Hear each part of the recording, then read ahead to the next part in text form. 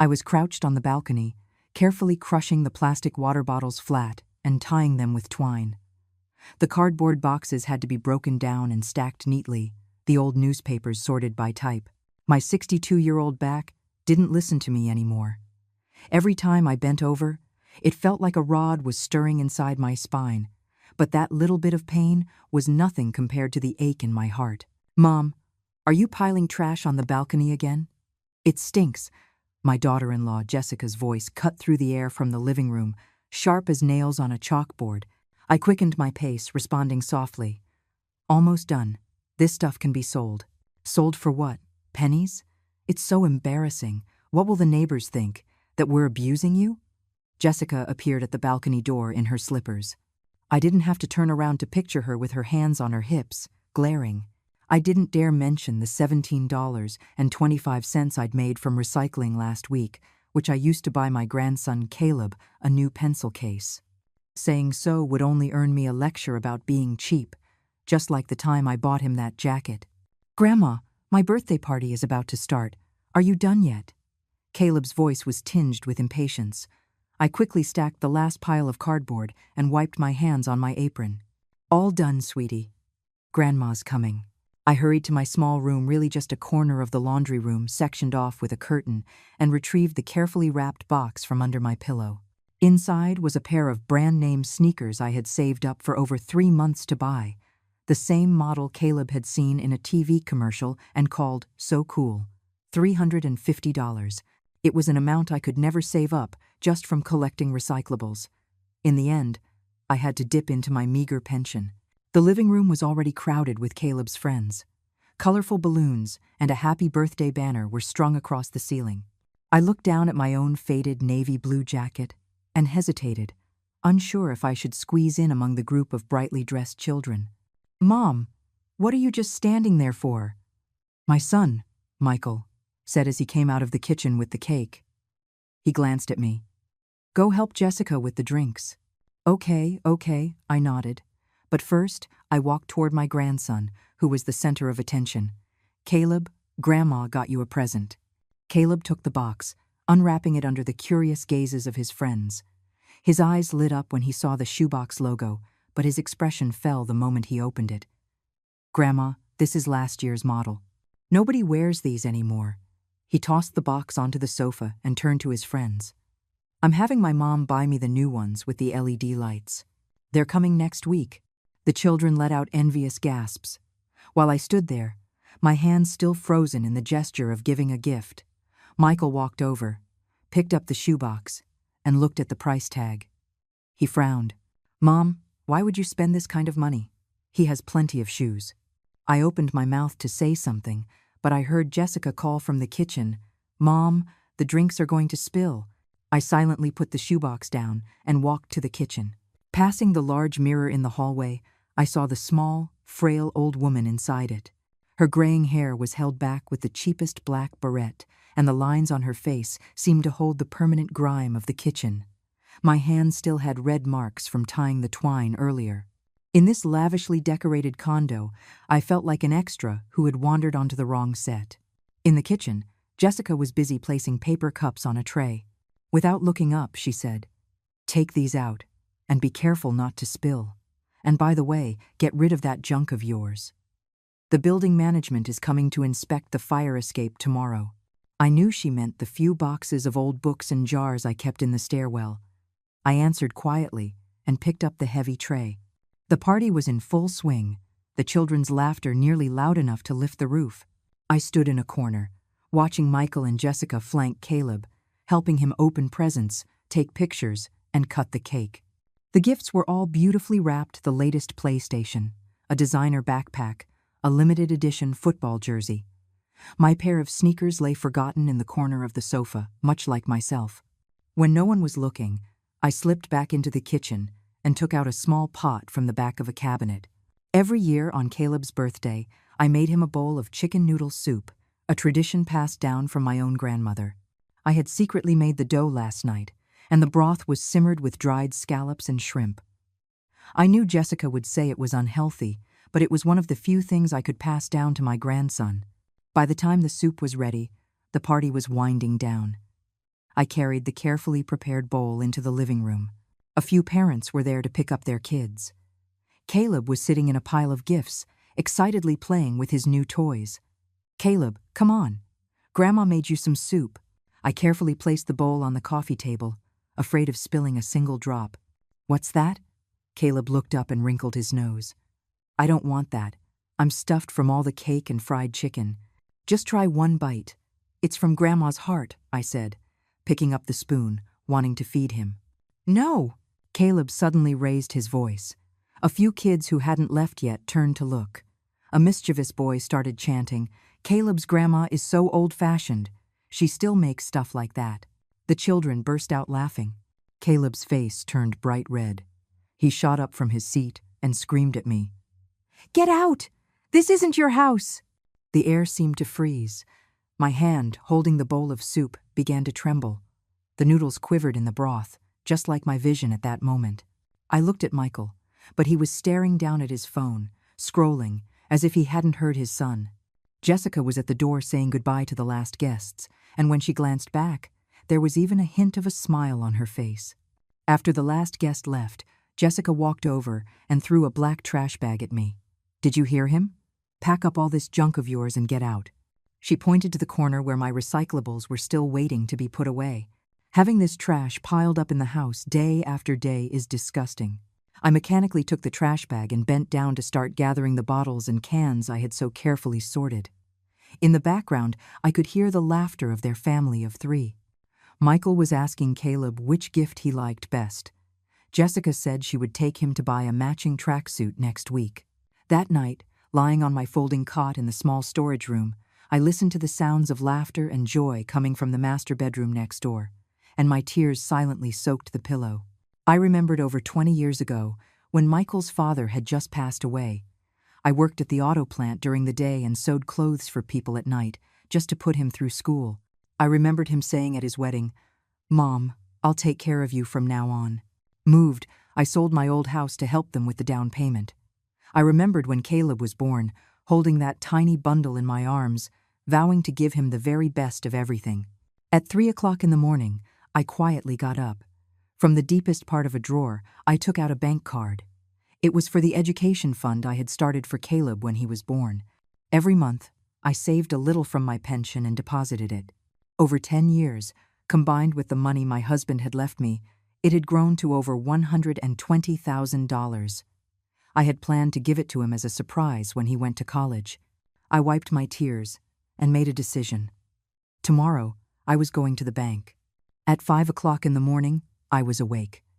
The storage room had no windows, but my internal clock had long since adapted. I could accurately find my clothes on the small stool in the darkness. I dressed quietly, afraid of waking my son's family in the next room. The living room still smelled of last night's party, the sweet scent of frosting, greasy fried chicken, and spilled soda. I silently tidied the messy coffee table, rewrapped the rejected sneakers, and tucked them away in my storage room. Maybe someday my grandson would change his mind. At 7 o'clock sharp, I made a pot of oatmeal, fried 3 eggs over easy, and mixed a small bowl of fruit salad, the breakfast combination Michael had loved since he was a child. After I was done, I left a note saying I was going to the farmer's market and quietly left the apartment. The bank didn't open until 9 o'clock, so I sat on a bench in a nearby park for 2 hours. The early spring wind was still a bit sharp. I tucked my hands into my sleeves and watched the morning joggers come and go. A young couple passed by with a stroller. The wife carefully tucked the baby's blanket in, and the husband gently wiped a bead of sweat from his wife's forehead. The scene was like a fine needle pricking my heart. "Ma'am, are you all right?" I looked up to see a middle-aged man in a bank uniform standing in front of me. His name tag read, "Mark Peterson, personal banker." "I'm fine, thank you."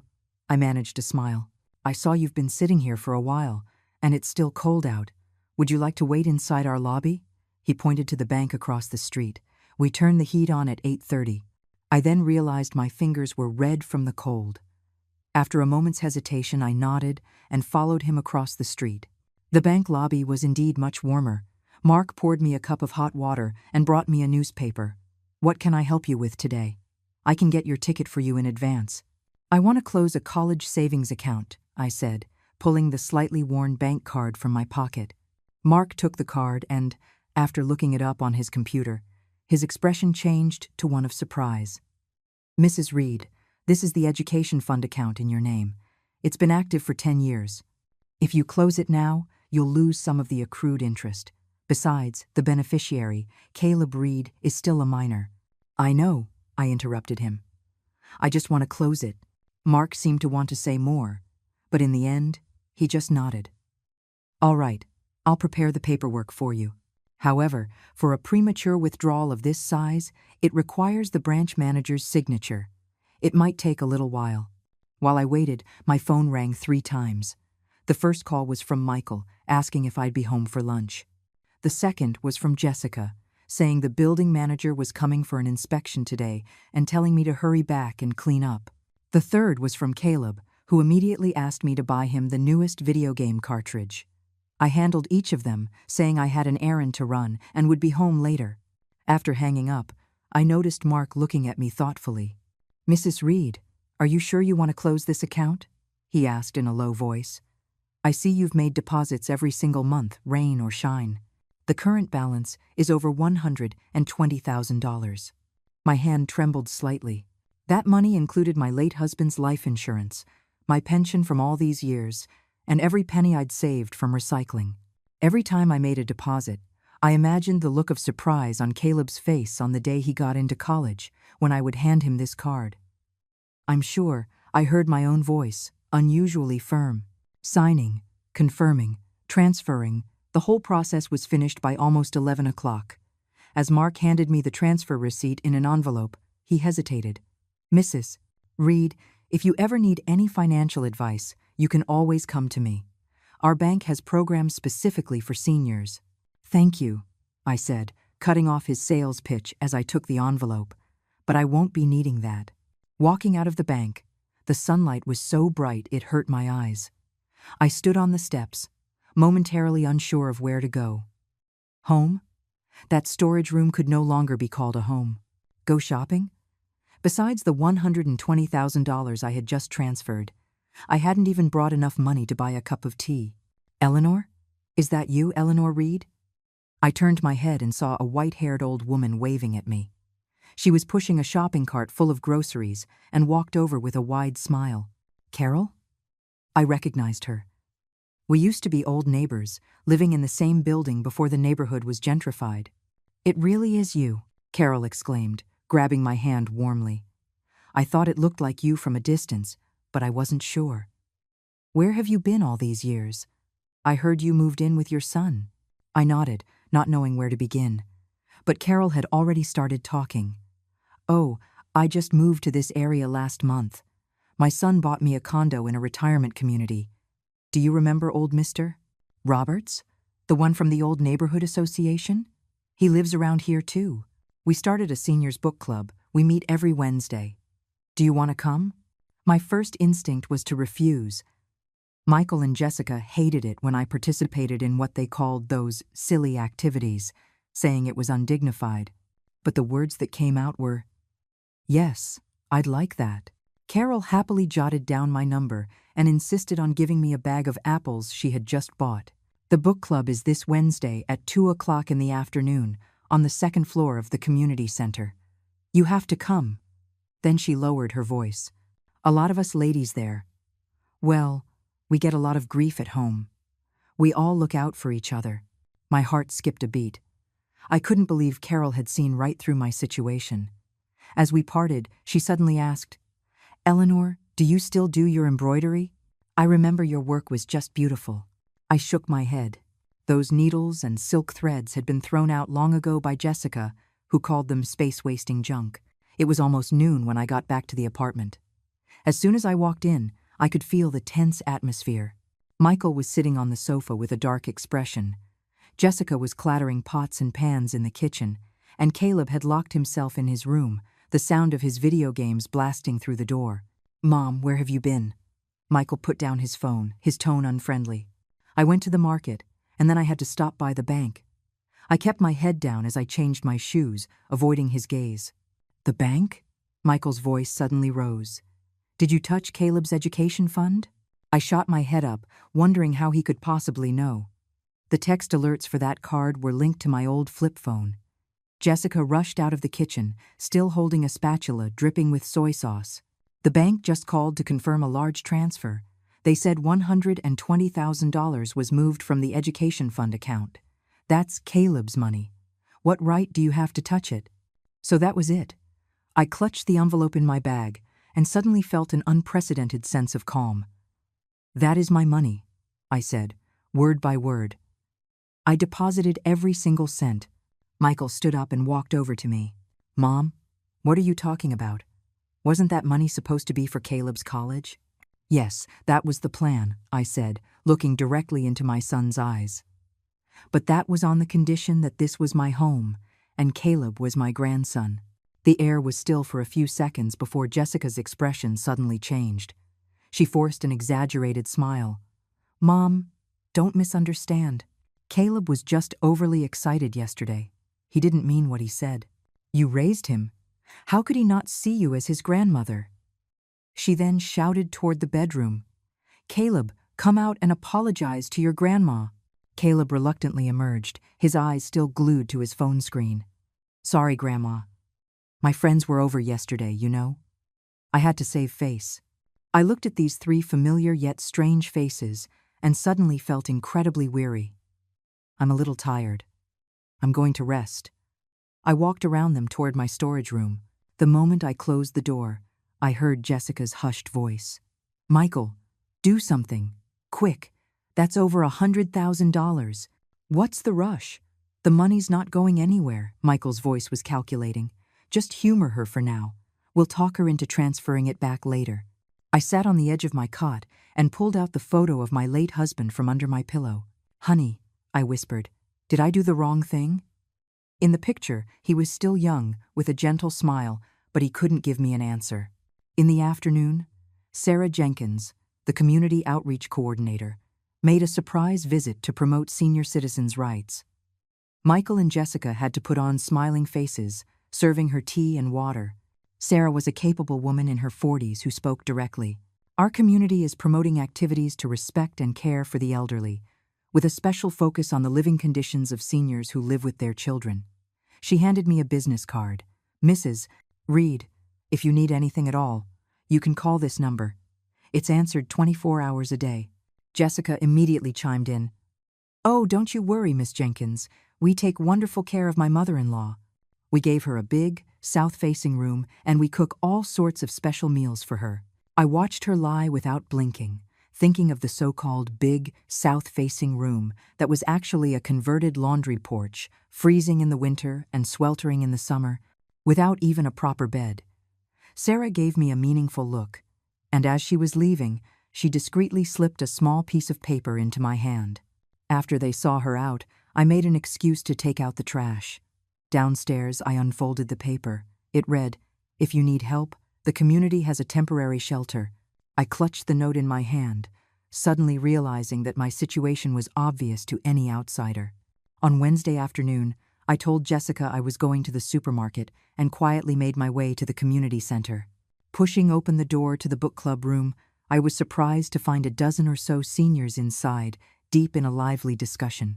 Eleanor. Carol saw me first and hurried over to take my hand. Everyone, this is the Eleanor I'm always telling you about. Her embroidery is absolutely stunning. I was pulled into the center of the group, feeling lost. Just then, an elegant older woman with gold-rimmed glasses stood up and extended her hand to me. I'm Catherine Bishop. I was a high school English teacher before I retired. Welcome to our book club. Her hand was warm and dry, and she squeezed mine with a gentle force, as if transferring some kind of strength. I noticed a book on elder psychology in front of her, its pages filled with notes. The topic of the book club was how to build healthy intergenerational relationships. At first, I just listened quietly, but as the discussion deepened and I heard everyone share their own stories, my eyes began to well up. My daughter-in-law treats me like a free nanny. All the childcare and housework falls on me, and she still complains I don't do it right, said a woman with a full head of silver hair, wiping her tears. My son took my pension card, saying he'd manage it for me. Now he only gives me $500 a month for spending money, another elderly gentleman said indignantly. Catherine gently tapped the table. Everyone, let's not just stop at complaining. We need to think about why this is happening and how we can protect our own rights. She passed out a stack of papers. These are the key points of the elder abuse prevention laws that I've compiled. We need to know that the law is on our side. I took the papers. The clauses highlighted in red pen were particularly striking. Seniors have the right to manage and dispose of their personal property by law, and no organization or individual may interfere. Guardians or caregivers may not, for any reason, force an elderly person to move to substandard housing. Eleanor, Carol nudged my arm. Why don't you tell us your story? Encouraged by the group's supportive gazes, I haltingly recounted my experiences over the years. How I had worked tirelessly to raise Michael. How I sold my old house to help him get married. How I took on all the household chores after my grandson was born, only to be met with disdain. When I got to the part about closing the education fund yesterday, Catherine suddenly slammed her hand on the table. Good for you. That was the first step in reclaiming your dignity. I was stunned. In 30 years, it was the first time anyone had told me I had done something right. After the book club ended, Catherine asked me to stay behind. Eleanor, I run a craft workshop, and I'm looking for someone to teach traditional embroidery. Would you be interested? There's a teaching fee. I instinctively shook my head. I haven't touched a needle and thread in a long time. And at home? It's all right, Catherine smiled knowingly. You can think about it. Same time next week. I'll wait for your answer.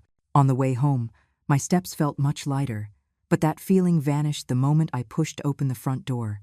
Where have you been? Michael was sitting in the living room, his face dark.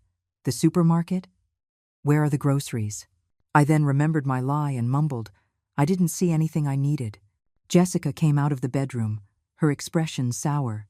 Mom, did you go to one of those senior events? Miss Jenkins from the community center called and said she saw you there.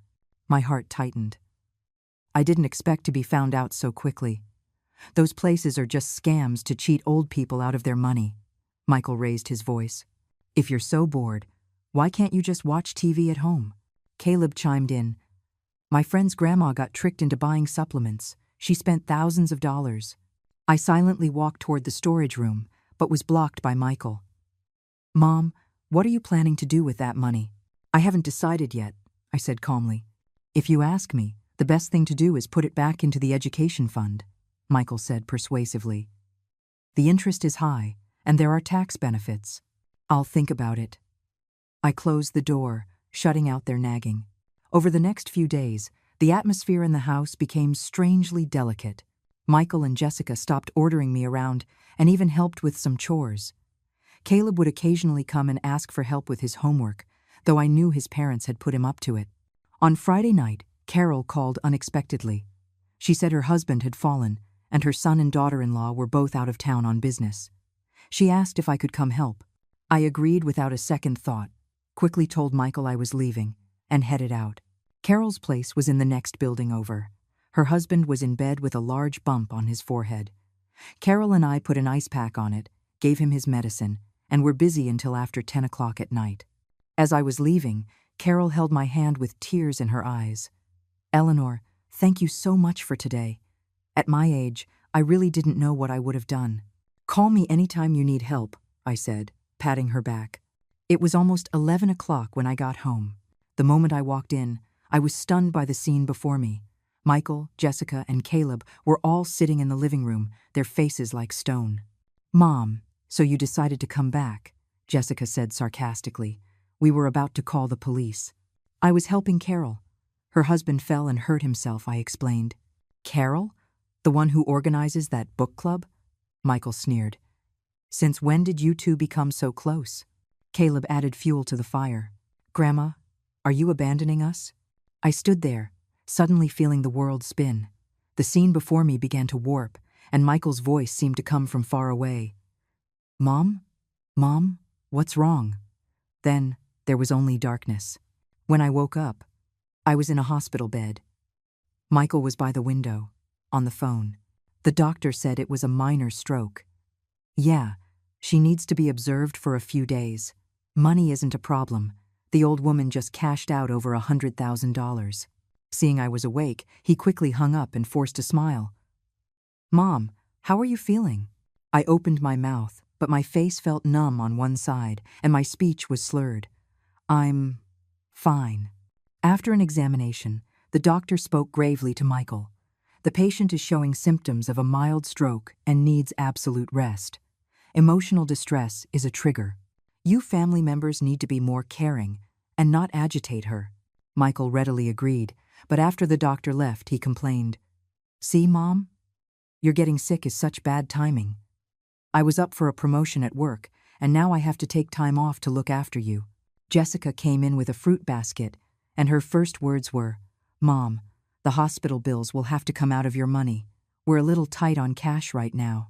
I closed my eyes and pretended to be asleep. On my third day in the hospital, a new patient was moved into the bed next to mine. She was an elderly woman in her 70s named Dorothy. She had a broken bone from being pushed down by her son. My no-good son wanted to sell my house, Dorothy whispered to me when the nurse was gone. I refused, so he got physical. Thank goodness a neighbor called the police. I was shocked. How could he do that? Oh, honey. There are a lot of kids like that these days. Dorothy sighed. I heard you got sick because your grandson yelled at you. I nodded, suddenly feeling that my own ordeal wasn't so unbearable after all.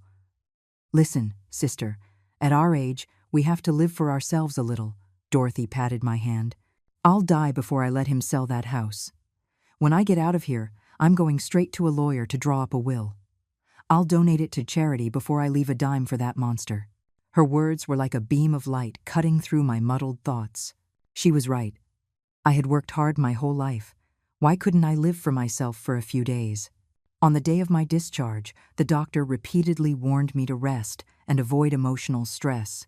Michael promised profusely, but the moment we were out the door, he was complaining about how expensive the parking was. When we got home, I found my storage room had been completely ransacked. They had obviously been looking for the bank card with the $120,000. Mom, where did you put the card? Let me keep it for you so you don't lose it, Jessica said with false sincerity. I'll keep it myself, I answered curtly, clutching my purse to my chest. That night, when they weren't looking, I sewed the bank card into the lining of my quilted winter coat. My husband had bought it for me 10 years ago. They thought it was old-fashioned and never bothered to touch it. Lying in bed, feeling the rough fabric of the coat, I made a decision. Next Wednesday, I was going to tell Catherine that I would teach that embroidery class. The first week after my discharge, I used my health as an excuse to stay in the storage room most of the day. At first, Michael and Jessica feigned concern, but once they saw I was mostly fine, they reverted to their old ways. The only difference was they no longer searched my things openly, but did it secretly when I was in the shower or out of the house. Wednesday arrived quickly. After lunch, I told Jessica I had a follow-up appointment at the hospital and left. The sun was lovely and warm. I made a special detour to a flower shop and used the spare change I kept hidden in my shoe to buy a small bouquet of baby's breath. It was a gift to myself for my new life. The community center was especially lively today. A health seminar for seniors was being held in the main hall, and in the second-floor craft room, 7 or 8 students were already seated. When Catherine saw me, her eyes lit up. "Eleanor, you came." I nodded, feeling a bit awkward as I stood at the front of the room. Catherine introduced me to the class. "Everyone, this is the Mrs. Eleanor Reed I told you about. She's an expert in various traditional embroidery techniques, and today she's here to teach us some basic stitches." The students applauded. Most of them were women in their 50s and 60s, but there were also 2 young women who said they were learning the craft to open an online shop. Looking at their eager faces, I suddenly felt less nervous. "Today, we'll learn the simplest stitch, the running stitch," I said, taking out the embroidery hoops and fabric squares that Catherine had prepared for me. The class went more smoothly than I had imagined. Although my right hand was still a little stiff, decades of muscle memory came back quickly. I demonstrated how to thread the needle, tie a knot, and move the needle through the fabric. The students were very attentive. One of the young women, named Linda, even recorded the entire process on her phone. "Mrs. Reed, you're so skilled," one student exclaimed, holding up her own crooked work. "Mine looks like a worm crawled across it." Everyone laughed. I couldn't help but smile, too, as I took her fabric and corrected a few stitches. You see, the stitches need to be even, and the tension has to be consistent. The 2-hour class flew by. The students were reluctant to leave, asking when the next class would be. Catherine took the opportunity to announce, "From now on, Mrs.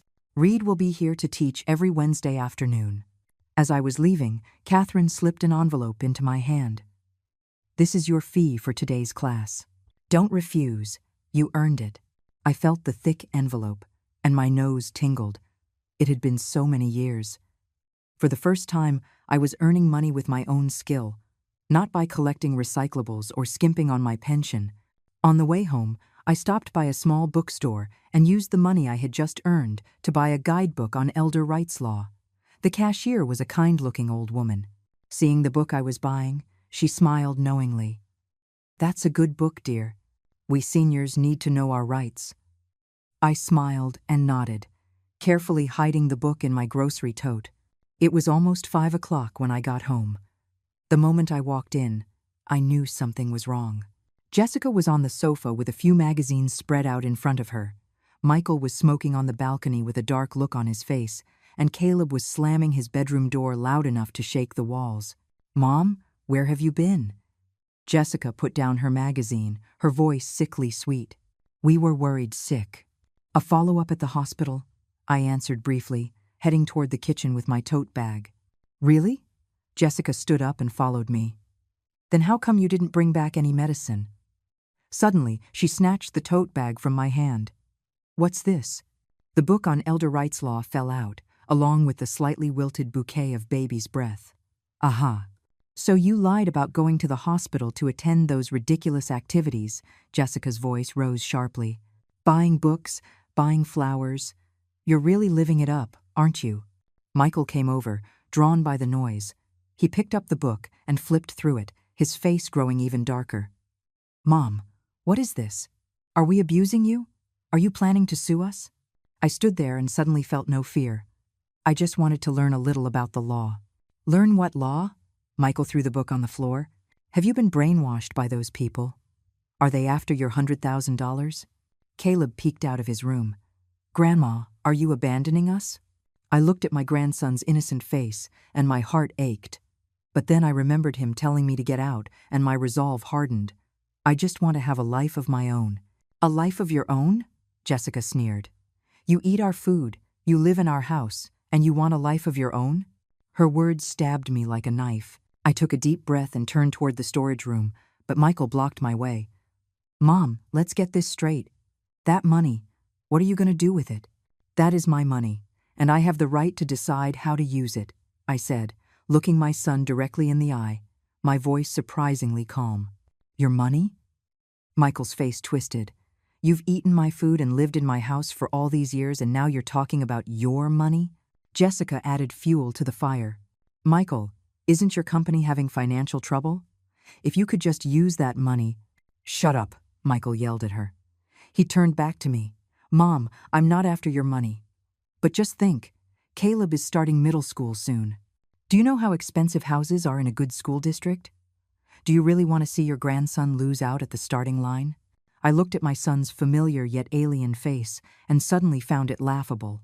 30 years ago, I had put him through school on a salary of $38 a month, not even willing to buy myself a decent pair of shoes.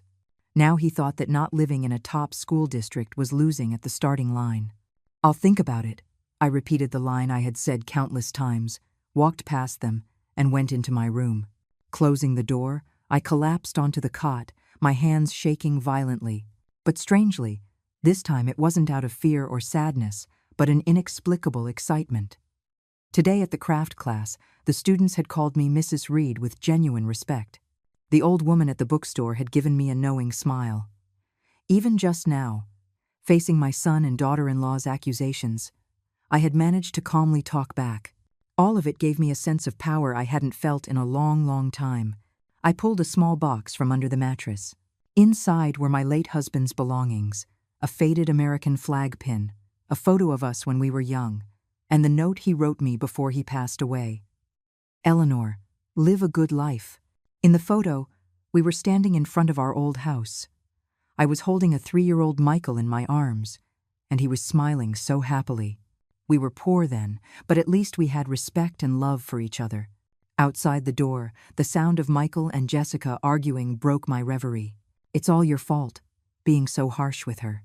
Now the 100,000 is gone, Michael's voice accused. My fault? Why don't you talk about your own ungrateful mother? She lives off us, has all that money, and won't help out. Jessica's shrill voice replied. Shh, keep it down, she can hear you. So what if she hears? I'm not afraid of her. I shook my head with a sad smile and took out the money I earned today. $50. To Michael and Jessica, it wasn't even enough for a single dinner out, but to me, it was the start of a new life. The next morning, I slipped out of the house before they woke up. Sarah Jenkins from the community center had asked to meet me at 9 o'clock to talk about the independent living support program for seniors. Sarah's office was simple and bright. She poured me a cup of tea and got straight to the point. Mrs. Reed, I spoke with Catherine Bishop about your situation. Have you considered moving out on your own? The teacup in my hand trembled. I don't have the money to buy a place. Not to buy, Sarah said, pulling out a folder. The city has a rental assistance program for seniors who are victims of domestic abuse. Your situation absolutely qualifies. Domestic abuse? I was taken aback. In my mind, only something like what happened to Dorothy being beaten until a bone broke counted as abuse. But Sarah pointed to the definition in the brochure. Verbal insults, financial control, restriction of personal freedom, all of these count. Her words made me think of Jessica telling me to get out, of Michael holding onto my pension card, of them forbidding me from attending community activities. I'll think about it, I finally said. Sarah didn't push. She just gave me more brochures and contact information. You can call me anytime. On the way home, I detoured to the neighborhood where my old house used to be. It had long since been demolished and replaced by a high-end shopping mall. Standing in the bustling plaza, I realized with stark clarity that my home had ceased to exist 10 years ago when I sold that house. That storage room was merely a place to stay. It was almost noon when I got home. The moment I walked in, Jessica yelled at me, "Mom, where have you been?" Caleb got into trouble at school. The teacher wants to see a parent. It turned out Caleb had pushed a classmate during gym class, and the other child had scraped his knee. Since Jessica and Michael both had to work, the task naturally fell to me. You'll have to pay the medical bills, Jessica said matter-of-factly. We're tight on cash right now. I nodded silently, thinking I would have to dip into my meager savings again. But this time, I didn't just swallow my anger as usual. I'll go, but you have to promise me one thing. What is it? Jessica asked warily. From now on, every Wednesday afternoon, I'm going to the community center to teach my craft class. I've already promised them, and I can't go back on my word. Jessica and Michael exchanged a look and reluctantly agreed. Fine, but don't let it interfere with your chores here. That afternoon, I went to the school and settled Caleb's dispute. The other parent was reasonable enough and accepted $500 for the medical expenses. On the way back, Caleb was unusually quiet. "Grandma," he said suddenly as we were nearing home, "do Mom and Dad really want your money?" I was startled. "Who told you that?" "I heard them arguing last night. Dad said if he couldn't get the money, he would get laid off. Mom said if we don't get a house in a better school district, I'll have to go to a bad school," Caleb said, looking down. "Grandma, I don't want a house in a better school district. Please don't give them the money, okay?" Tears welled in my eyes. I knelt down and hugged my grandson. "Caleb, money isn't the most important thing. The most important thing is that we learn to respect others and to respect ourselves." Caleb nodded, though it was clear he didn't fully understand. In that moment, I made a silent vow. No matter what happened, I would make sure my grandson understood that a person's dignity is more important than money. On Saturday morning, while my son's family was still sleeping in, I quietly left the house. Catherine had arranged for me to see a senior living apartment that a friend of hers recommended. The complex was on the outskirts of the city. Though a bit remote, the environment was peaceful and green. 3 small buildings formed a courtyard with a beautifully maintained garden in the center. We were looking at a studio apartment on the first floor, about 200 square feet, with a private bathroom and a small kitchenette. The monthly rent was $1,500, utilities included. Since you were referred by the Seniors Association, I can offer it to you for $1,200, the landlady, a kind middle-aged woman, said. I looked around at the simple furniture, the bright window, and the framed cross-stitch art on the wall. It was modest, but it was a world away from that storage room. Are all the resident seniors here? I asked. Most of them, the landlady said with a knowing look. A few have children living out of state, and a couple of others are in a situation similar to yours, wanting their own space. Catherine nudged my arm. Eleanor, think about it. It's not far from the community center. I can give you a ride to your class every Wednesday. I felt the money I had saved up over the past few months in my pocket income from my craft class, plus what I'd saved from recycling. It totaled just over $6,000, enough for 5 months' rent. I'll think about it some more, I said, but my mind was already made up. On the way back, Catherine told me the community was hosting a craft exhibition next month and asked if I would be willing to participate. My work isn't good enough for that, is it? I hesitated. Of course it is. The students were amazed when they saw photos of your cardinal and dogwood tree embroidery. I had spent 6 months on that piece. I originally intended to give it to Michael for his birthday, but Jessica had called it old-fashioned, so it had been sitting at the bottom of a box ever since. All right, I'll give it a try, I promised. It was almost noon when I got home. As I walked in, I heard Michael on the phone, speaking in a low, subservient tone. Yes, Mr. Thompson, just give me 1 more week. Yes, the investment capital is about to come through. Seeing me, he quickly hung up, his face dark. Mom, where were you? Just out for a walk, I answered briefly, heading to the kitchen to start lunch. Michael followed me in. Mom, the company is having some trouble lately, he began, wringing his hands, his eyes darting around. If I can't bring in a new investment this month, there might be layoffs. I silently washed the vegetables, not responding. Mom, I was wondering if you could lend me that money to get through this. He finally spit it out.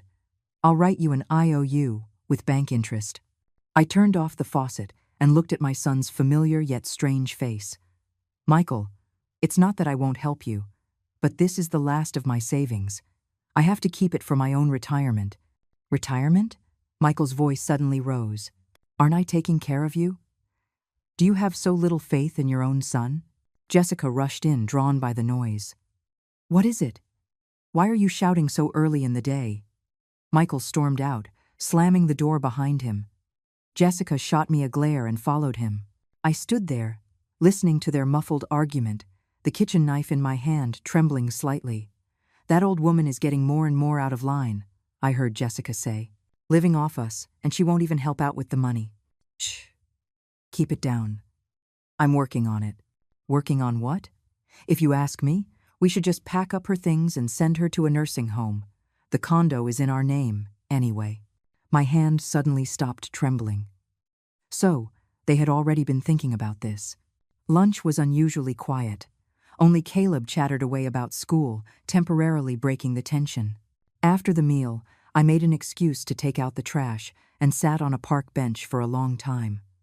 The April sun was warm but not harsh, shining on my wrinkled hands. These hands had once toiled day and night at the factory to send my son to school, had sewn countless tiny clothes for my grandson. Could they now embroider a new life for myself? When I returned, I found my storage room had been ransacked again. They were clearly looking for the bank card. Fortunately, I was prepared. I had hidden the card in the lining of my quilted coat, and that coat was on my back right now. That night, I tossed and turned, the threat of the nursing home echoing in my ears. I had to act faster. The next morning, I called Sarah Jenkins. Miss Jenkins, about that rental assistance, I'd like to apply. Sarah was very supportive and asked me to come to her office that afternoon.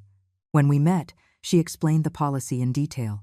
Seniors over 60 who are victims of domestic abuse can apply for a monthly rental subsidy of $800 for up to 2 years. Your situation fully qualifies. She handed me an application form. You just need to provide your ID, proof of residence, and a written statement of your situation. I hesitated. Won't this cause a huge scene? Mrs. Reed, Sarah said seriously, there is no shame in protecting your legal rights. Think about it. If your daughter were being treated this way by her in-laws, what would you tell her to do? Her words reminded me of my own mother, who, on her deathbed 30 years ago, held my hand and said, Eleanor, a woman has to be strong. Don't let people bully you. Unfortunately, over the years, I had completely forgotten my mother's advice. After filling out the form, Sarah told me the approval process would take about 2 weeks. As I was leaving, she suddenly asked, Mrs. Reed, do you know how to use a smartphone? I shook my head. My old flip phone was a hand-me-down from Michael. It could only make and receive calls. I suggest you get one. It will make it easier to stay in touch, Sarah said with a smile.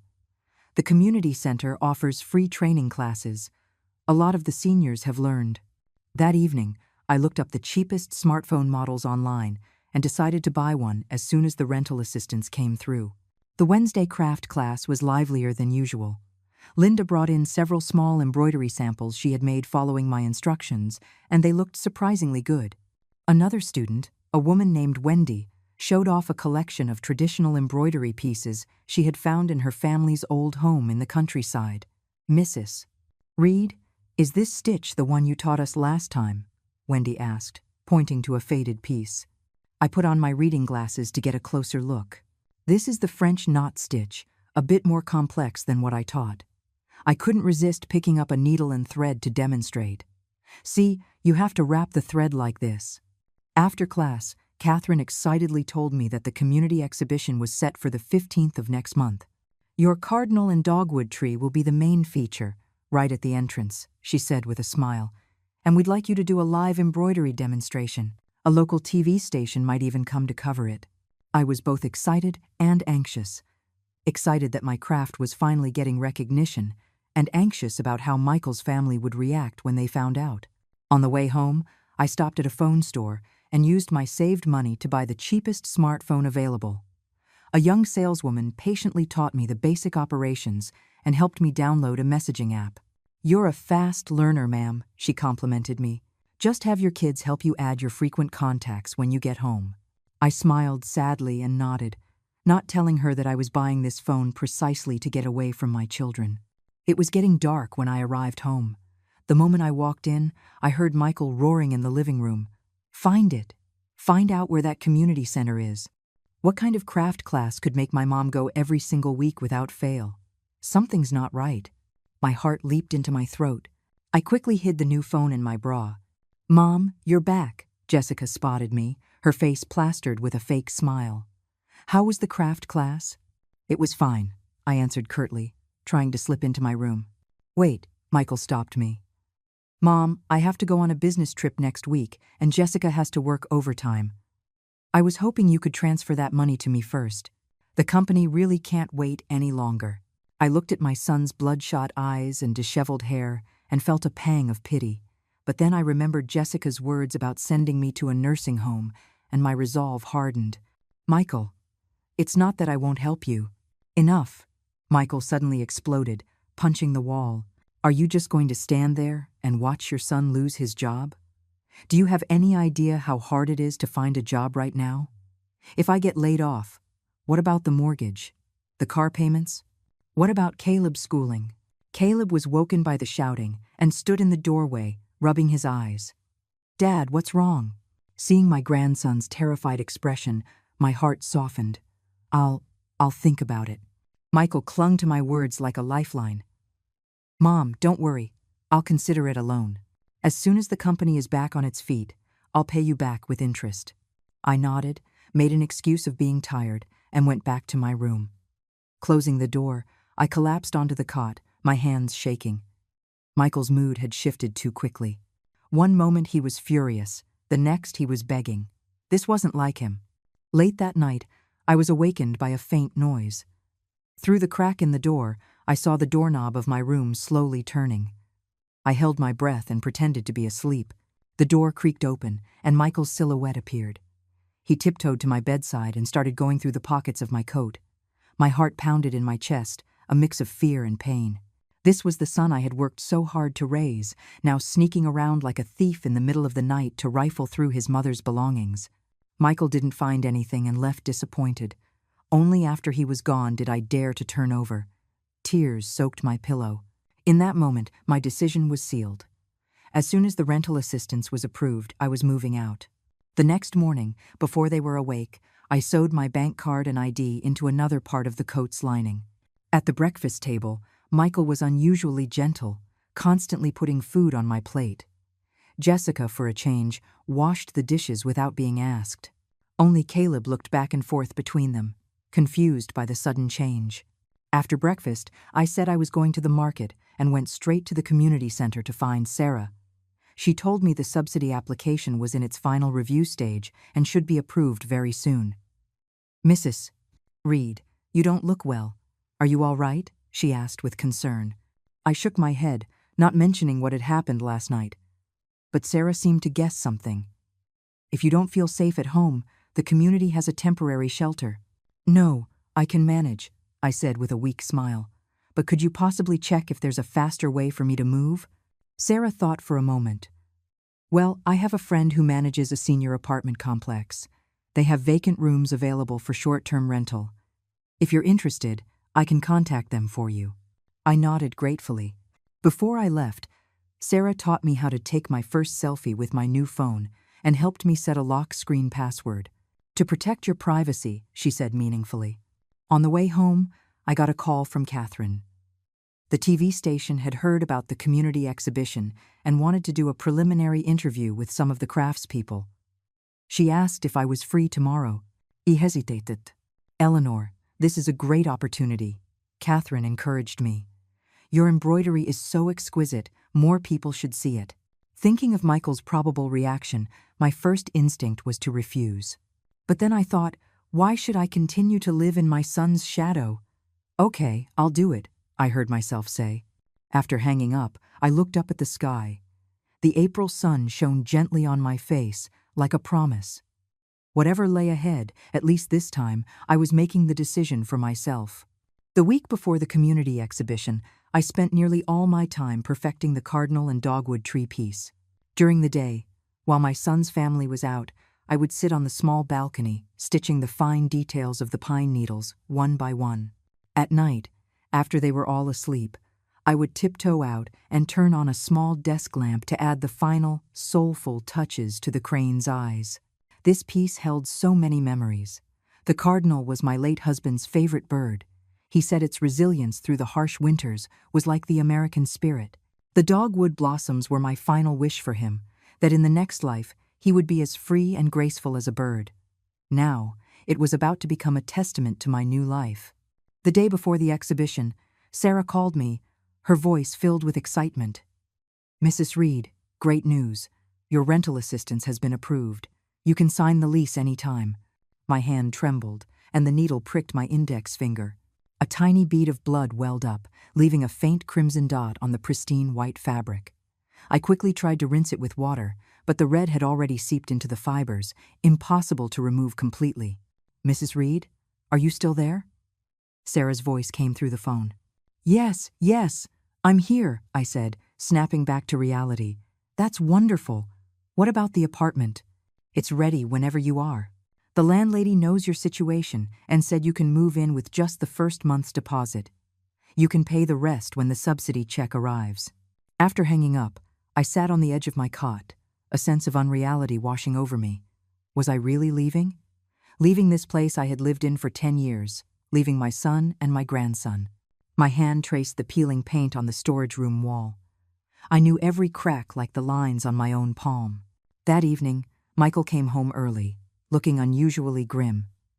He threw his briefcase onto the sofa with such force that Caleb peeked out from his room, startled.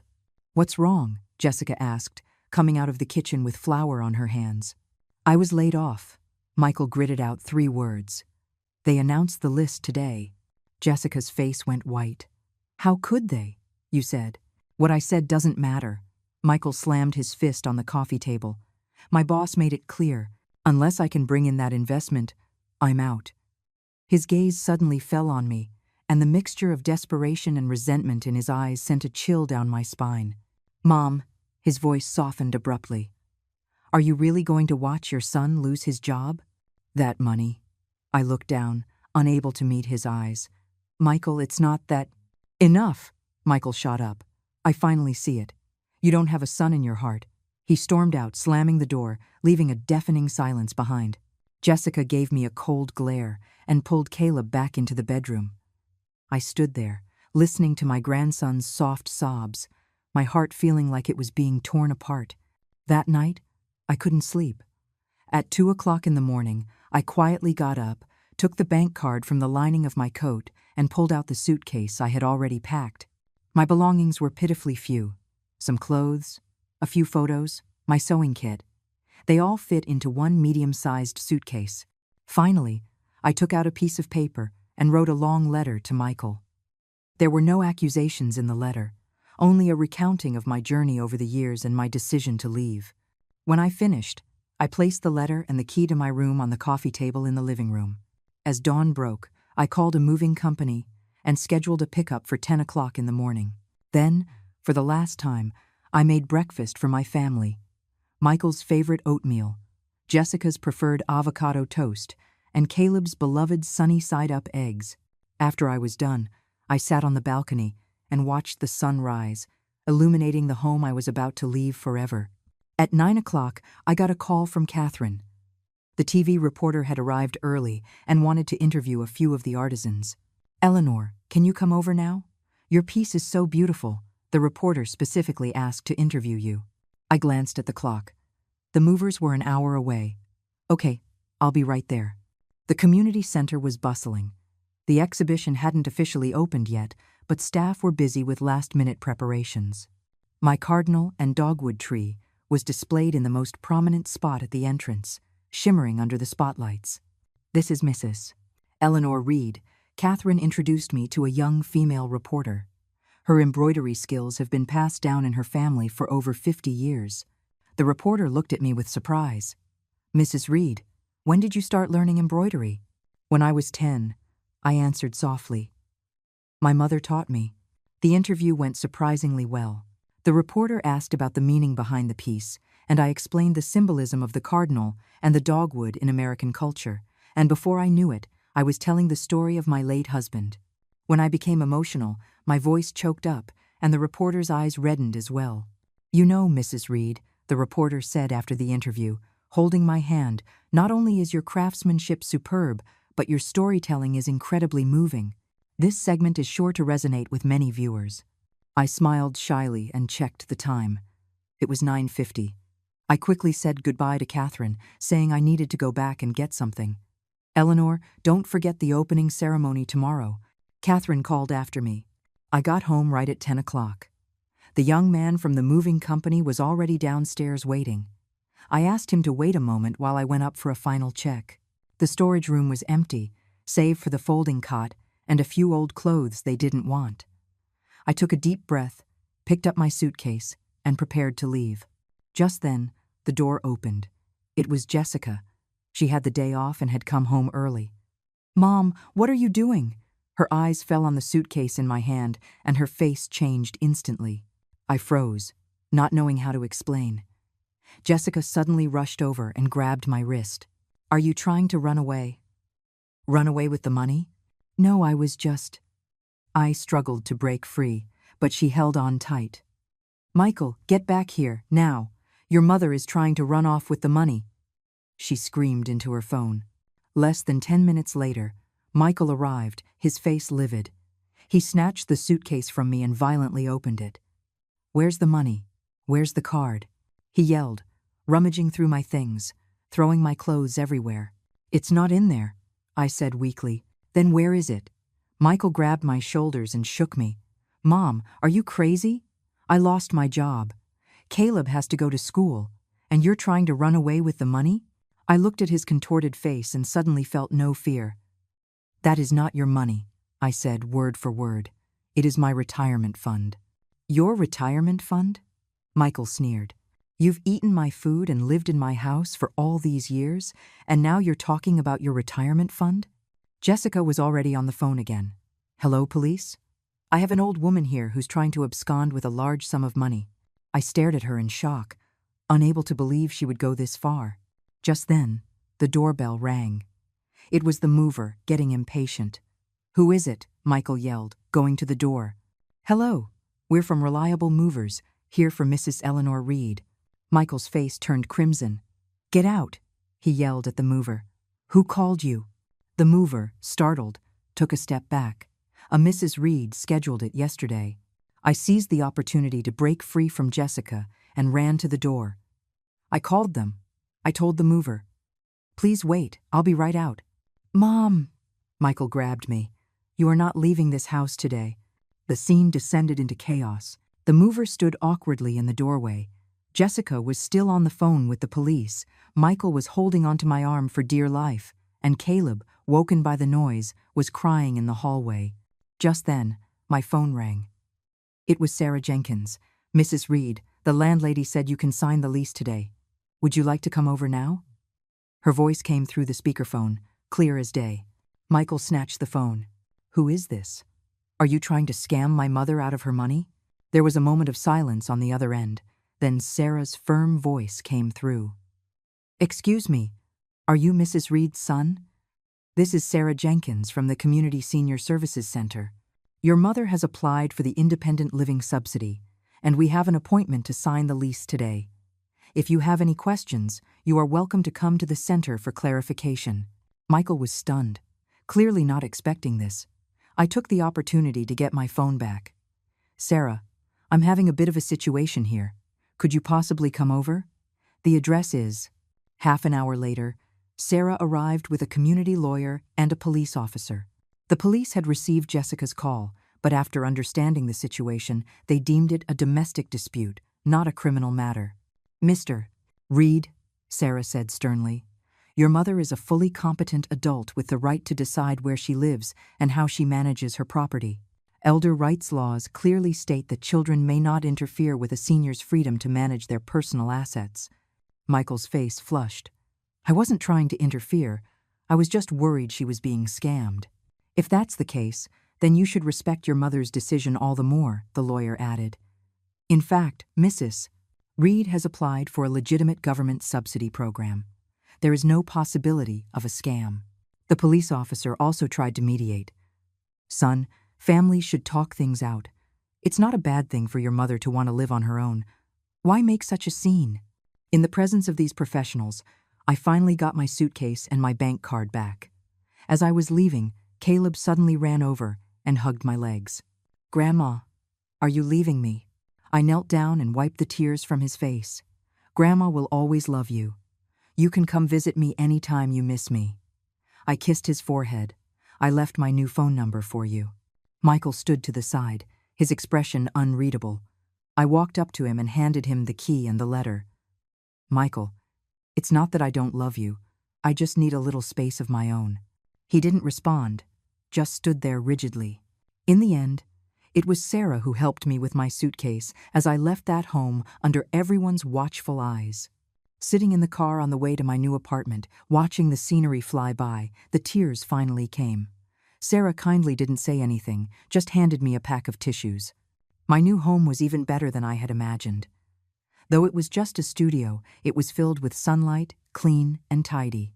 The landlady had even prepared a set of basic necessities: a towel, a toothbrush, slippers, and a small potted plant on the windowsill. "What's all this?" I asked, surprised by the thoughtful gesture. "It's a donation from the Community Warm Seniors Project," Sarah said with a smile. "Many kind citizens donate household items to help seniors living independently." I touched the tender green leaves of the plant, and suddenly felt that maybe this new life wasn't as scary as I had imagined. After I was settled, Sarah took me to the community cafeteria for lunch and helped me get acquainted with the neighborhood where the market was, the health clinic, the bus stop. It was evening when I returned to my new home. I sat by the window, watching the sunset, and for the first time, I felt a strange sense of peace. My phone buzzed. It was a text from Catherine. "Eleanor, your interview was on the evening news. Turn on the TV, quick." I fumbled with the old TV the landlady had left and turned it to the local channel. Sure enough, in a special report on traditional culture in the community, My cardinal and dogwood tree was prominently featured. On the screen, I was focused on my embroidery, while the reporter's voiceover said, "With every stitch, these seniors are preserving the cultural fabric of our nation." Watching myself on TV, I suddenly smiled. It turned out that, without the identity of Michael's mom or Caleb's grandma, I could be Mrs. Reed, the embroidery teacher. I could be just Eleanor. On my first morning in the new apartment, I woke to the sound of birds chirping. Sunlight streamed through the sheer curtains, casting a warm glow on the bed.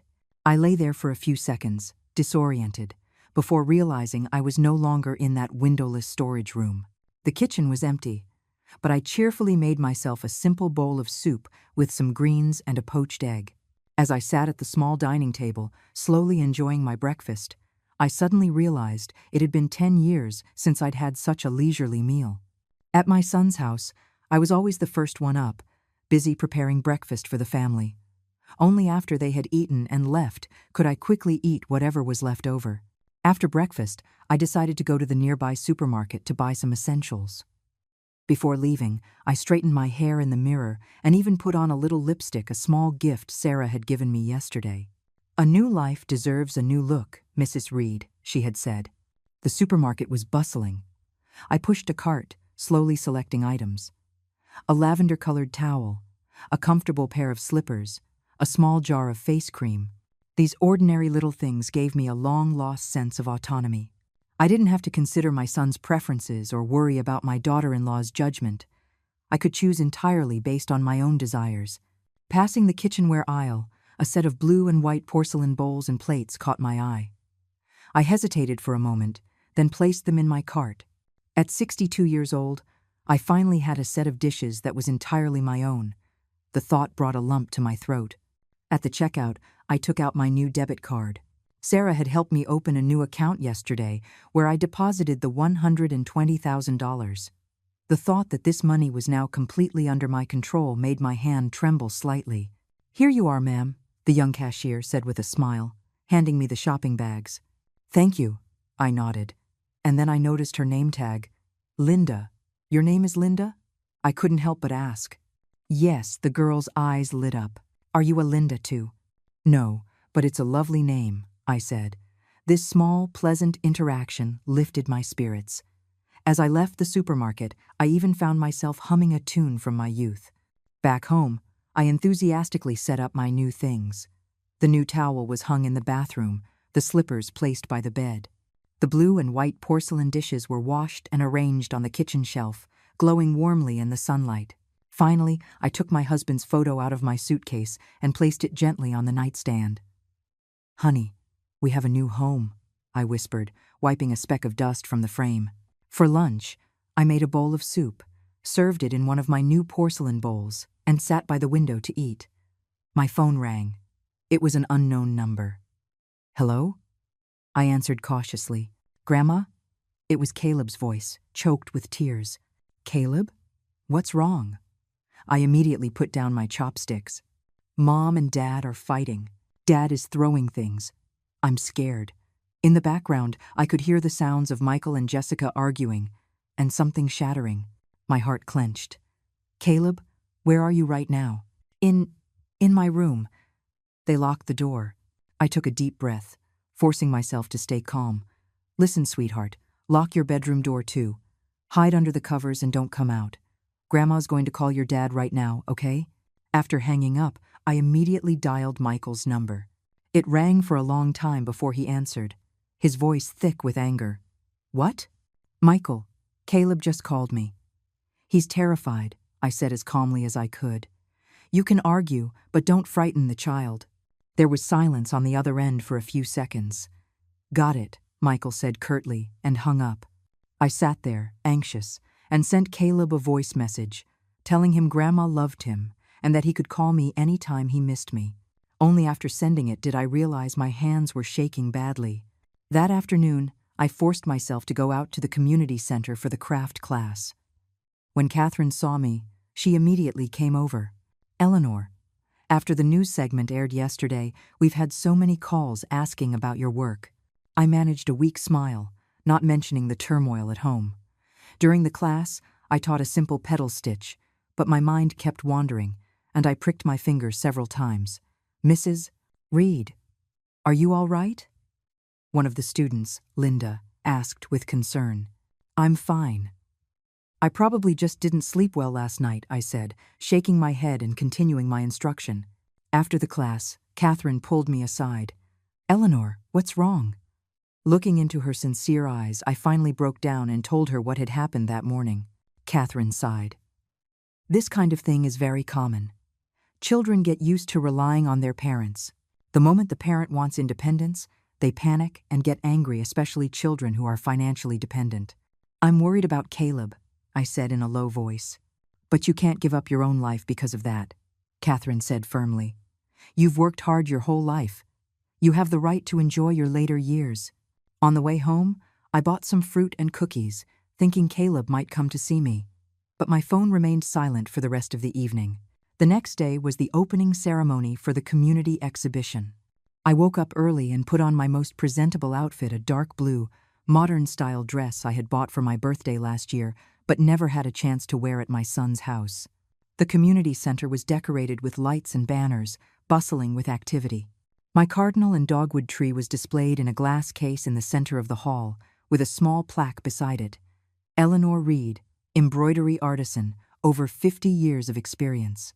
"Mrs. Reed, can we get a picture with you?" several students asked, excitedly pulling me over. Under the flashing lights of the cameras, I suddenly felt a sense of disconnect. Was this respected Mrs. Reed really the same person as the old woman who had been accused of stealing by her son and daughter-in-law just yesterday? At the opening ceremony, I was invited to give a speech. Standing at the microphone, looking at the many expectant faces in the audience, I took a deep breath. "Thank you all for coming. I started learning embroidery when I was 10 years old. Back then it was to help my family make ends meet. I recounted how my mother had taught me, how I had worked at the factory for 30 years, and how I had kept up the craft to this day. When I spoke of my passion, many of the seniors in the audience were wiping their eyes. Finally, I want to give special thanks to Sarah Jenkins and Catherine Bishop from the community center. My voice wavered slightly. They are the ones who made me understand that no matter how old you are, you can live with dignity and pursue your own dreams. My words were met with a round of thunderous applause. After I stepped down, several strangers came up to shake my hand, saying my story had given them courage. During the lunch break, Sarah quietly told me, "Mrs. Reed, your son was wandering around outside the exhibition hall earlier." I was startled. "He was here?" "Yes, but he didn't come in. He watched for a while and then left." Sarah patted my hand. "Don't worry. He has every right to attend community events." The live embroidery demonstration in the afternoon drew a large crowd. I sat at the demonstration table, demonstrating traditional embroidery techniques stitch by stitch, to the constant murmurs of admiration from the audience. As I was concentrating on a peony blossom, I suddenly felt someone staring at me. I looked up and saw Caleb. He was standing on the edge of the crowd, his eyes red as if he had been crying. "Caleb!" I put down my needle and thread in surprise and waved him over.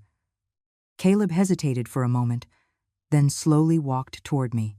"Grandma," he said in a small voice, "your embroidery is really beautiful." I hugged my grandson, taking in his familiar boyish scent. "How did you get here?" "Dad brought me. He's waiting outside." My heart tightened. I looked toward the entrance and caught a glimpse of Michael's figure disappearing around the corner. "Grandma, Dad said you don't want us anymore," Caleb mumbled into my shoulder. "Silly boy, how could Grandma not want you?" I kissed his forehead. "Grandma just needs her own little space. You can come visit me anytime you miss me, okay?" Caleb nodded and pulled a crumpled piece of paper from his pocket. "I drew this for you." It was a crayon drawing of 3 people, crookedly drawn, a tall one for Michael, a small one for him, and me in the middle. "Dad said you moved out, so now it's just the 2 of us." Caleb's voice grew smaller. My nose tingled, and just as I was about to speak, Michael walked in. "Caleb, it's time to go," he said curtly, without even looking at me. "Dad," Grandma said she doesn't not want us. Caleb tugged on his father's hand. Only then did Michael glance at me, his expression complicated. "Let's go," he said, pulling Caleb away. "Michael, I called out to him. "Do you want my new address?" "I know it," he said without turning back. "It's on file at the community center." Watching them leave, I stood there, the crayon drawing in my hand suddenly feeling incredibly heavy. After the exhibition, my work won the Most Popular Craft Award. Catherine excitedly announced that a cultural products company wanted to collaborate with me to develop a line of traditional embroidery gift items. "Eleanor, this is a great money-making opportunity," she said with a laugh. I forced a smile, my thoughts still on Michael and Caleb. Back home, I taped Caleb's drawing to the refrigerator and looked at it for a long time. That evening, as I was getting ready for bed, my phone rang. It was Michael. "Mom?" His voice was a bit hoarse. Can I borrow some money?" I was taken aback. "Michael, you. I found a new job, but for the first 3 months, the salary is low, and I can barely cover the mortgage and car payments." His voice held a vulnerability I hadn't heard in years. "Just consider it a loan, please." I was silent for a long time before finally speaking. "Michael, Mom can help you, but not by just giving you money. Why don't you come over to my place tomorrow? We can talk in person." After hanging up, I sat by the window, looking at the city lights. I knew that my son's phone call tonight was likely just the beginning. But no matter what, I would never go back to that life without dignity. Michael didn't come the next day. I waited until 8 o'clock at night before sending him a text, only to receive a short reply, "Busy. Another day." I sighed and put away the tea and snacks I had prepared. Maybe he had just asked for money on a whim and gave up when I didn't agree immediately. Or maybe he was still angry and unwilling to set foot in my new home. In any case, I decided not to dwell on it and to continue living my own life. The collaboration on the gift items went smoothly. The head of the cultural products company, a Miss Wang, came to my apartment in person. After seeing my other works, she immediately decided to place an initial order for 50 small embroidered pieces to be sold as high-end gifts. "Mrs. Reed, your stitching is so exquisite," Mrs. Wang praised. "There are so few people who know this kind of traditional embroidery anymore." The price she offered was astounding, $800 per piece, which meant $40,000 for the 50 pieces. "And this is just the first order," Miss Wang said with a smile. "If the market response is good, we can have a long-term partnership." After Miss Wang left, I immediately called Sarah to ask for advice on signing a proper contract. With her help, I learned how to open a business bank account and how to register as a small business for tax purposes. These new terms were both nerve-wracking and exciting. "Mrs. Reed, you're becoming a business owner," Sarah teased. I laughed shyly. "What business owner? I'm just doing some crafting." "Don't sell yourself short," Sarah said seriously. "Many people would love to have a skill like yours." The following days were busy and fulfilling. I spent my days focused on embroidery and my evenings participating in various community activities, health seminars, senior dance classes, the book club. My world was no longer confined to that small storage room, but had expanded to the entire community and even beyond. Michael called a few more times, always asking to borrow money. I politely declined each time, until one day he showed up at my door. That afternoon, as I was working on a new piece, the doorbell rang. Through the peephole, I saw Michael standing outside, his face dark. "Mom, open up," he said, knocking. "I know you're in there." I hesitated for a moment, then opened the door.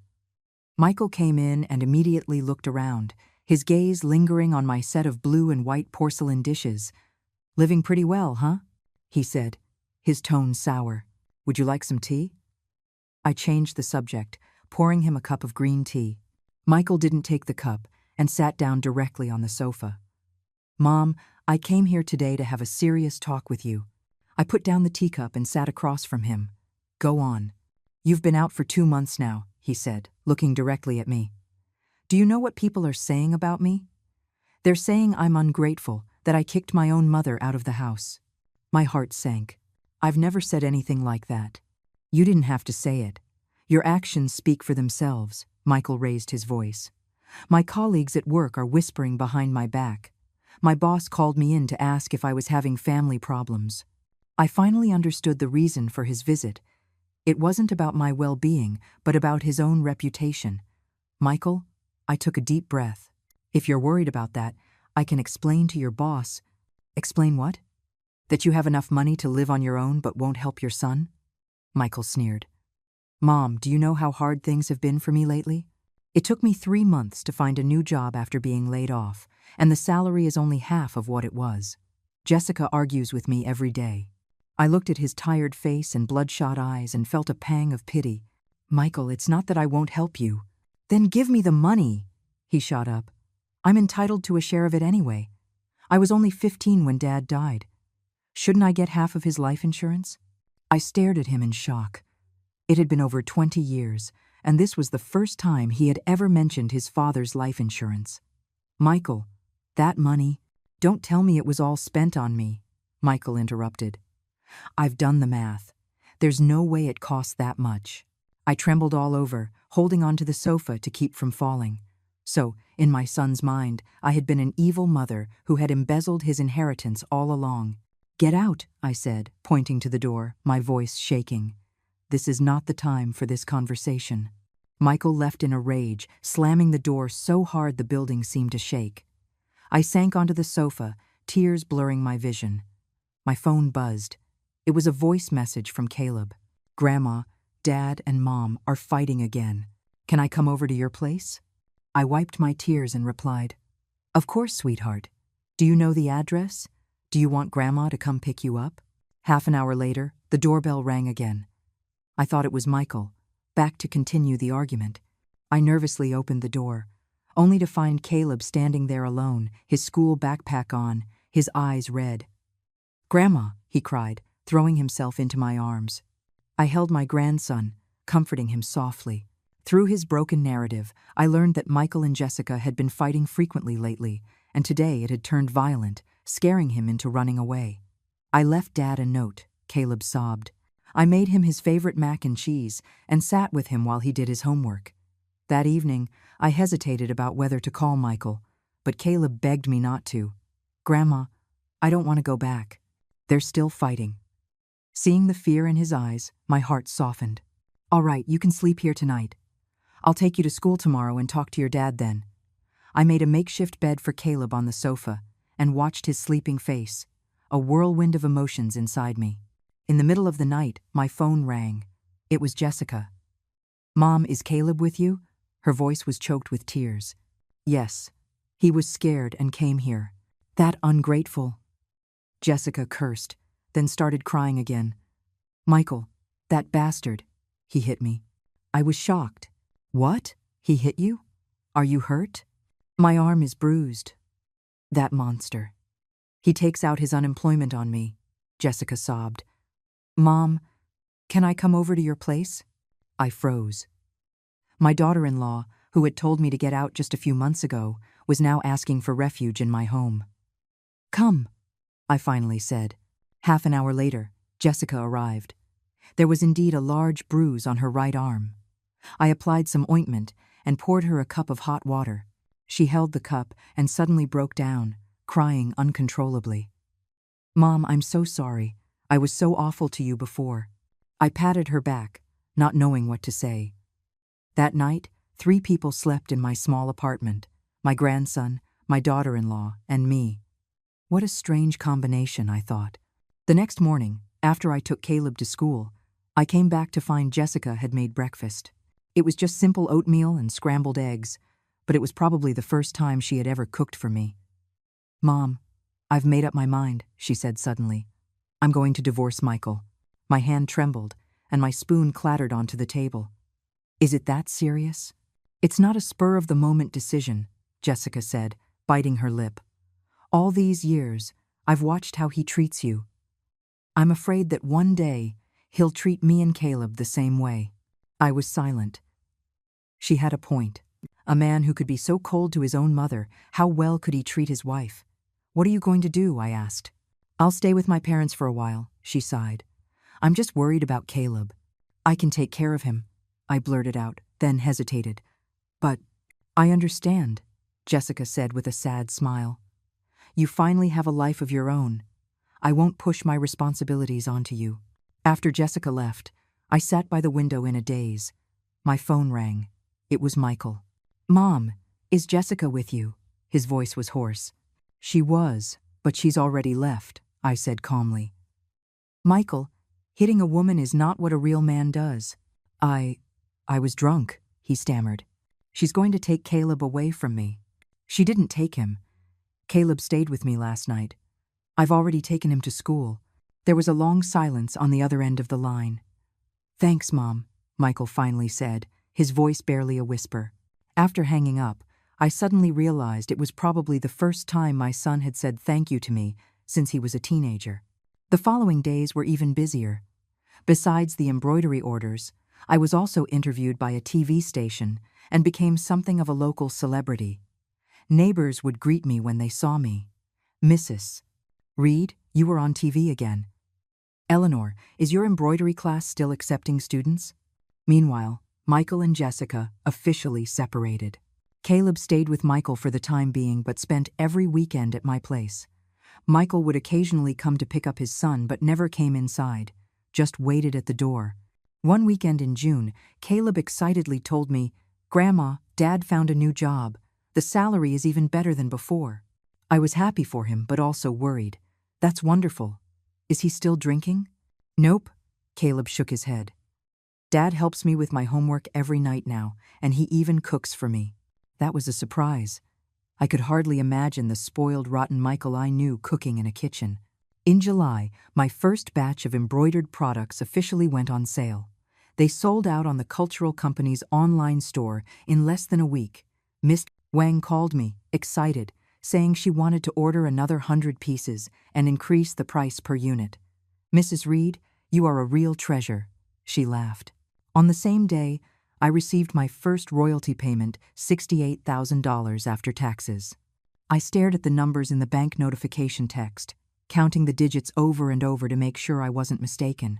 That evening, I invited Sarah and Catherine over for dinner, serving the dishes I had cooked myself on my blue and white porcelain plates. The three of us middle-aged women raised our glasses in celebration, our laughter filling the entire hallway. "Eleanor, what are your plans next?" Catherine asked. "I'm thinking of taking on a few apprentices," I said after a moment's thought. "To pass on this craft." "That's a wonderful idea," Sarah clapped her hands. "The community center can provide you with a space." Just as we were chatting happily, the doorbell rang. Who could it be at this hour? I wondered, opening the door. I froze. It was Michael, holding a fruit basket. "Mom?" He stood there awkwardly. "Can I come in?" I stepped aside to let him in.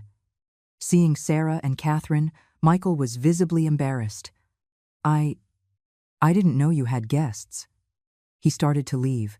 Sarah tactfully stood up. "Eleanor, we'll see you tomorrow." After they left, Michael and I sat in silence. He was the first to speak. "Mom, I heard your embroidery sold really well." I nodded, waiting for him to continue. "That's great," he said, wringing his hands. I just wanted to come and see you." This son of mine, who used to order me around, was now sitting across from me, looking lost and unsure. I felt a mix of emotions. "Have you eaten?" I asked. "There's still food in the kitchen." "No, I already ate." Michael shook his head, then said suddenly, "Mom, I've started going to Alcoholics Anonymous." I was stunned. "Really?" He looked down. "I've been thinking a lot these past few months, especially after seeing how scared Caleb was." His voice cracked. "I don't want to become like my father." My heart skipped a beat. Michael's father. My late husband did have a drinking problem, and he would get violent when he was drunk. "Your father, he did change later on," I said softly. "But the damage was already done, wasn't it?" Michael looked up, his eyes red. "Mom, I remember when I was a kid. He would hit you, and I would just—" He didn't finish the sentence, but I knew what he meant. As an adult, Michael had, to some extent, repeated his father's behavior, the coldness and harm inflicted upon his family. That night, Michael stayed for a long time. We talked about many things, from his childhood to the difficult years after his father's death, to his marriage and fatherhood. It was the first time in years that we had a real heart-to-heart conversation. As he was leaving, he said suddenly, "Mom, Jessica wants to divorce me." I sighed. I know. I don't want to, he said in a low voice. But I understand. I've disappointed her and Caleb so much these past few months. Everyone makes mistakes, I said. The important thing is to learn from them. Michael nodded and then, unexpectedly, hugged me. The hug was so sudden, yet so natural, that it left me momentarily speechless. "Good night, Mom," he whispered in my ear. That night, as I lay in bed, I replayed the events of the past few months in my mind. It felt like a lifetime ago. From being kicked out of the house by my grandson, to now having my own career and social circle. From being despised by my son, to him taking the initiative to reconcile. Life is strange sometimes. Just when you think you've hit rock bottom, it opens a new door for you. One day in early August, as I was teaching Linda and 2 other students a complex landscape embroidery pattern, the doorbell rang. Through the peephole, I saw Jessica standing outside with a suitcase. "Mom," she said as soon as I opened the door, "can I stay here for a few days?" I looked at her in surprise. "What's wrong?" "My parents are renovating their house, and the dust is too much." "I'm allergic," she stammered, her eyes darting around. I sighed, knowing that wasn't the whole truth, but I let her in anyway. "The guest room is Caleb's. You can have my room. I'll sleep on the sofa." No, I'll take the sofa," Jessica quickly said. That evening, I made a few simple dishes. During dinner, Jessica suddenly asked, "Mom, how is Michael doing lately?" I glanced at her. "You two haven't been in touch?" "No. Not since we separated," she said, looking down at her rice. "Is he still drinking?" "I heard he quit," I said casually. "I think he even got a promotion." Jessica's eyes lit up for a moment, then quickly dimmed again. Oh, it was only then that I noticed the wedding ring on her left hand was gone. The next day was Saturday, and Caleb came for his weekend visit as usual. He was overjoyed to see his mother. "Mom, what are you doing here?" he exclaimed, throwing himself into her arms. Jessica hugged him back, her eyes moist. "Mommy missed you." Watching them, I suddenly thought that maybe this unexpected reunion was a good thing. At noon, the doorbell rang again. It was Michael coming to pick up Caleb. He was visibly stunned to see Jessica open the door. What are you doing here?" I came to see Mom," Jessica stammered, her face flushing red. I was in the kitchen, listening to their awkward conversation, and couldn't help but shake my head. These two clearly still cared for each other but were too proud to admit it. Caleb cleverly took both their hands. "Dad, Mom, let's have lunch together." Grandma made beef stew, and just like that, the first family meal after the divorce drama took place, unexpectedly, in my small apartment. At the table, Michael and Jessica barely spoke. Only Caleb chattered away happily about school. After the meal, Michael volunteered to do the dishes a first in my memory. Jessica cleared the table with practiced ease, as if she were in her own home. I sat on the sofa, watching their busy backs, and had a strange feeling of déjà vu, as if time had rewound 10 years to when they had just gotten married, just as in sync. That afternoon, Caleb had his art class.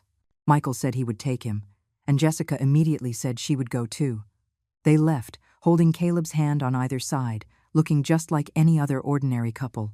After they left, I got a call from Miss Wang.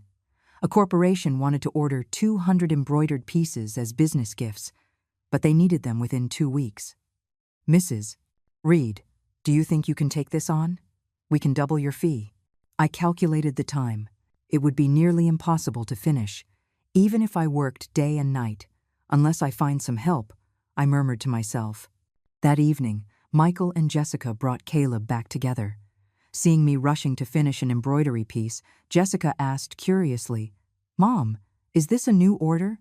I nodded. "Yes, and it's a rush job. I probably can't finish it in time. Can I help?" Jessica said suddenly. "I did a little cross-stitch in college." I looked at her in surprise. "You'd be willing?" "Well, I don't have much to do lately," she said, looking embarrassed. Michael also came over. I can help organize the materials or something." And so, the 3 of us began a strange family workshop. I taught Jessica the basic stitches, and she learned quickly. Michael was in charge of stretching the fabric on the hoops, sorting the threads, and ironing the finished pieces. Caleb did his homework nearby, occasionally peeking over with curiosity. After a week of working side by side, the ice between Michael and Jessica seemed to slowly melt. They started having simple conversations and would occasionally exchange a smile over something silly Caleb did.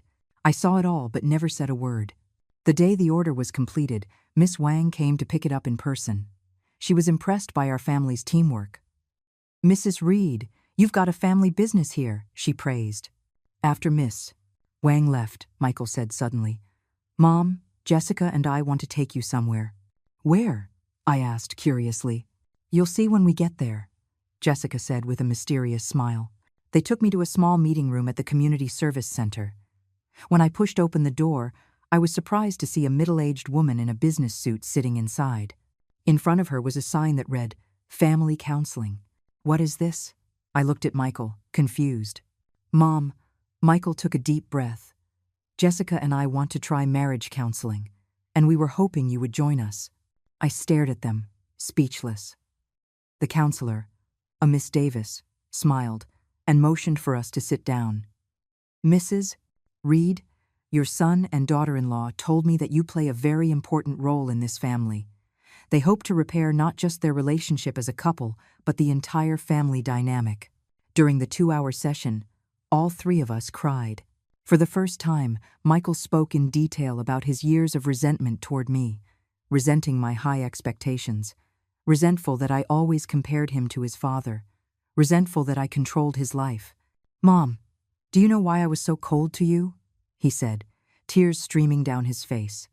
"It was because I always felt that no matter what I did, I could never live up to your expectations. Only then did I understand that my strict demands and silent sacrifices had been perceived as control and pressure by my son." Jessica also confessed that her harshness toward me was partly out of jealousy. "I saw how indifferent Michael was to you, and I thought that was the way to please him," she sobbed, "and then it just became a habit. When it was my turn, I spoke of my years of loneliness and grievances, and when I got to the part about being kicked out of the house by my grandson, Caleb suddenly burst in from outside. He had been hiding in the hallway, listening the whole time. "Grandma, I'm so sorry," he cried, throwing himself into my arms. "I just repeated some mean things I heard from my friends at school. I've regretted it ever since." The 4 of us hugging and crying together was a scene that made even the professional counselor wipe her eyes. After the first session, Michael suggested we go out for dinner. When ordering, he naturally asked me what I liked to eat. Jessica thoughtfully pulled out a chair for me, and Caleb stuck close to my side, occasionally giving me a kiss on the cheek. On the way home, Michael said suddenly, "Mom, Jessica, and I have decided to give our marriage another chance." Jessica, blushing, added, "But we want to take it slow, starting with weekly family counseling sessions." I nodded in relief. "That's a good idea. Also," Michael hesitated, "we were wondering if we could invite you over for dinner sometimes, or if we could come visit you. Not on a fixed schedule, just whenever it feels right." I understood what he meant. They wanted to rebuild their relationship, but not by reverting to the old dynamic. I smiled and nodded. Of course. That night, back in my apartment, I sat by the window, looking at the starry sky, feeling an immense sense of peace. My husband's photo smiled at me from the nightstand, as if he, too, was pleased with how things had turned out. A year later, my life had changed completely. My embroidery studio officially opened, with 5 apprentices, including Linda and Jessica. Michael and Jessica had reconciled. Though they still had their arguments, they had learned to communicate in a healthier way. Caleb was in middle school and had become my little studio assistant, often helping me organize materials and greet customers on weekends. After my story was reported by the media, it garnered a lot of attention. A publisher asked me to write a memoir, a TV station invited me to be on a cultural program, and a university even asked me to give a lecture on traditional crafts. Every time I was in the spotlight, I made sure to emphasize one point. Seniors are not accessories to their families. They should have their own lives. On my 63rd birthday, Michael's family threw a small party for me. Unlike previous years, which were celebrated with a quick slice of cake in their kitchen, this party was held at my studio, with Sarah, Catherine, Carol, and many other friends in attendance. "Make a wish, Mom," Michael said, bringing over an exquisite cake with 6 large candles and 3 small ones for 63 years. I closed my eyes and made a silent wish that all seniors like me could live with dignity. After I blew out the candles, Caleb mysteriously handed me a gift box. "I made it myself, Grandma." Inside was a beautifully framed piece of embroidery depicting our family of 5, including my late husband holding hands under the sundae. The stitching was a bit clumsy, but it was clearly made with love. "Mom taught me how," Caleb said proudly, "and Dad helped with the design." I was too moved to speak and could only hug my grandson tightly. Michael came over and gently put his arm around my shoulder. "Happy birthday, Mom." In that moment, I suddenly remembered that rainy night a year ago when my grandson had kicked me out of the house. If I hadn't had the courage to leave then, if I hadn't stood my ground, none of this would have happened. After the party, Sarah stayed to help me clean up. "Eleanor," she said with a smile, "you're the star of our community now. You have to be the keynote speaker at next month's Senior Rights Seminar." I gladly accepted. That evening, I sat at my work table and began to write my memoir. I already had a title in mind. At 62, I learned to say no. I was halfway through writing when my phone buzzed. It was a photo from Michael. He, Jessica, and Caleb were at a movie theater, making funny faces at the camera. The caption read, "Mom, it's our turn to host family dinner next week. What do you want to eat?" I smiled and replied, "Anything is fine. I love whatever you make." Putting down the phone, I continued to write. Many seniors ask me if I feel lonely living away from my children. My answer is, loneliness isn't scary. What's scary is feeling lonely when you're surrounded by your own family. Outside my window, a full moon hung high in the sky. My husband's photo watched me quietly from the bookshelf, as if to say, "Eleanor, you did the right thing."